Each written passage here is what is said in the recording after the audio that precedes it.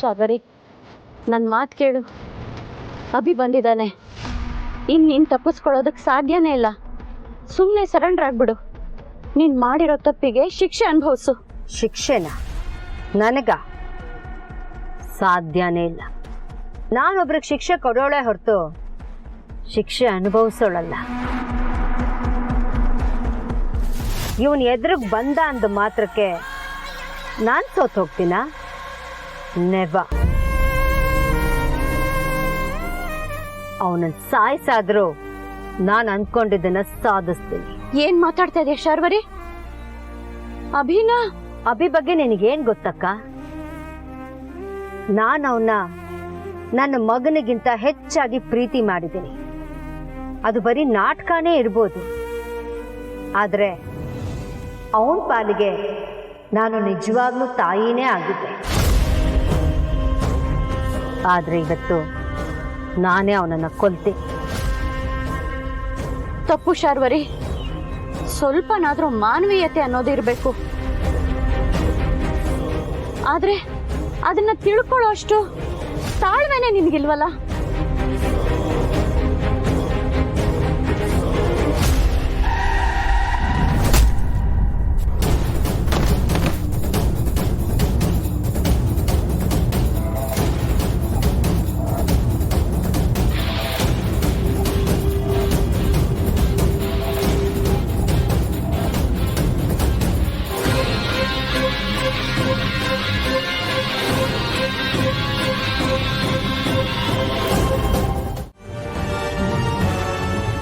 ವಿಷ ಸರ್ಪ ನೀನು. ನಿನ್ನ ಹಲ್ಲನ್ನ ಆಗ್ಲೇ ಕಿತ್ತಾಕ್ಬೇಕಿತ್ತು. ನೀನು ಮಾಡಿದ್ದೆಲ್ಲ ಸರಿ ಅನ್ನೋ ಭ್ರಮೇಲಿ ನಾನಿದ್ದೆ.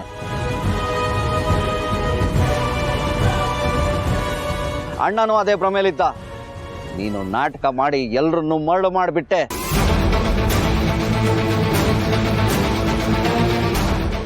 ಆದ್ರೆ ಇವತ್ತಿಗೆ ನೀನು ಮಾಡಿರೋ ಪಾಪಗಳಿಗೆಲ್ಲ ಪ್ರಾಯಶ್ಚಿತ ಆಗ್ಲೇಬೇಕು. ನಿನ್ನ ಆಟಗಳೆಲ್ಲ ಇವತ್ತೇ ಕೊನೆ. ವಿಧಿ ಆಟಕ್ಕೆ ನೀನು ಬಲಿಯಾಗ್ಲೇಬೇಕು. ಇನ್ನಿನ್ ತಪ್ಪಿಸ್ಕೊಳೋದಕ್ಕೆ ಸಾಧ್ಯನೇ ಇಲ್ಲ. ದೇವರು ನಮ್ಮ ಕಡೆ ಇದ್ದಾನೆ.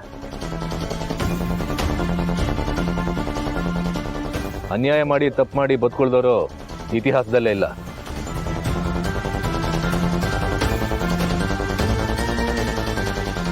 ಯಾರೆಷ್ಟೇ ಮೆರೆದ್ರು ಕಡೆಗೆ ಗೆಲ್ಲೋದು ನ್ಯಾಯನೇ. ಅಂದ್ರೇನು? ನನಗೆ ಶಿಕ್ಷೆ ಕೊಡಿಸ್ತೀರಾ? ಕೊಂದು ಬಿಡ್ತೀರಾ? ನೀನು ಶಿಕ್ಷೆ ಅನುಭವಿಸಲೇಬೇಕು ಶಾರ್ವರಿ.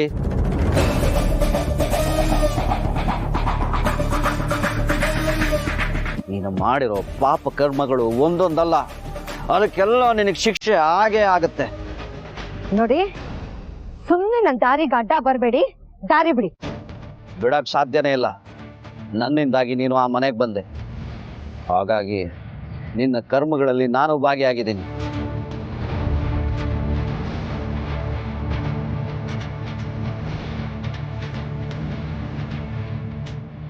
ಈಗ ನಿನ್ನನ್ನು ಹಿಡಿದುಕೊಟ್ಟು ನನ್ನ ತಪ್ಪುಗಳಿಗೆ ಪ್ರಾಯಶ್ಚಿತ ಮಾಡ್ಕೊಳ್ತೀನಿ.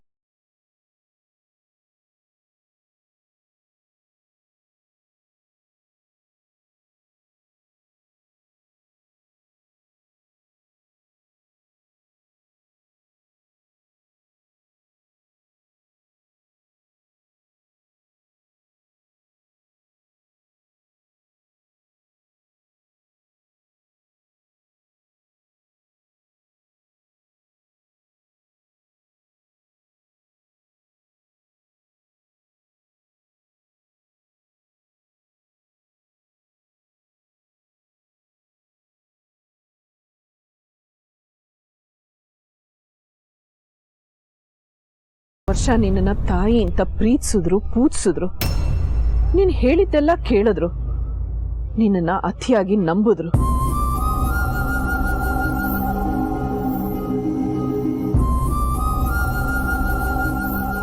ಆದ್ರೆ ನೀನೇನ್ ಮಾಡ್ದೆ?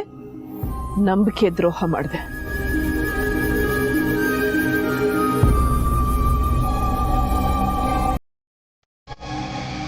ಅದಕ್ಕೆ ಅವರು ನಿನ್ ಮೇಲೆ ಕೋಪ ಮಾಡ್ಕೊಂಡಿದ್ದಾರೆ. ಅದು ಸಹಜ ಅಲ್ವಾ?